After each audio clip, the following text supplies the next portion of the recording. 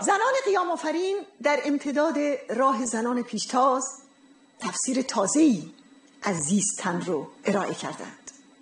نسرین قادری از فرزندان مردم مریوان، دانشجوی دکترای فلسفه، قبل از شهادت نوشت: از مرگ نترسانید، ما آن را زیستیم. و شماری از اونها در زیر شکنجه شهید شدند، همچون عاطفه نعامی در کرج یا آیدا رستمی، پزشک انسان دوست شجاعی که جوانان مجروح رو در تهران مداوا می‌کرد.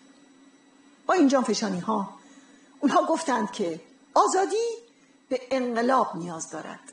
انقلاب هزینه می‌خواهد و آن کس که بی هزینگی را ترویج می‌کند خواهان ادامه وضع موجود است. اونها خط خیانتبار اصلاح طلبی حکومتی رو باطل کرده و شکست اونها رو نشون دادند.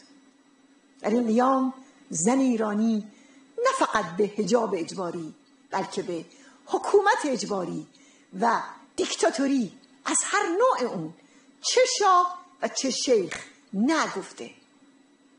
رضا شاه به اجبار روسری رو از سر زنان میکشید و خمینی به اجبار روسری رو بر سر زنان میکرد.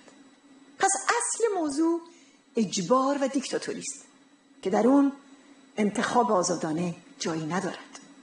ولی امروز در ایران یک انقلاب دموکراتیک جریان دارد. دختران شورشی از تهران تا زاهدان گفتند چه با حجاب چه بی حجاب، پیش به سوی انقلاب.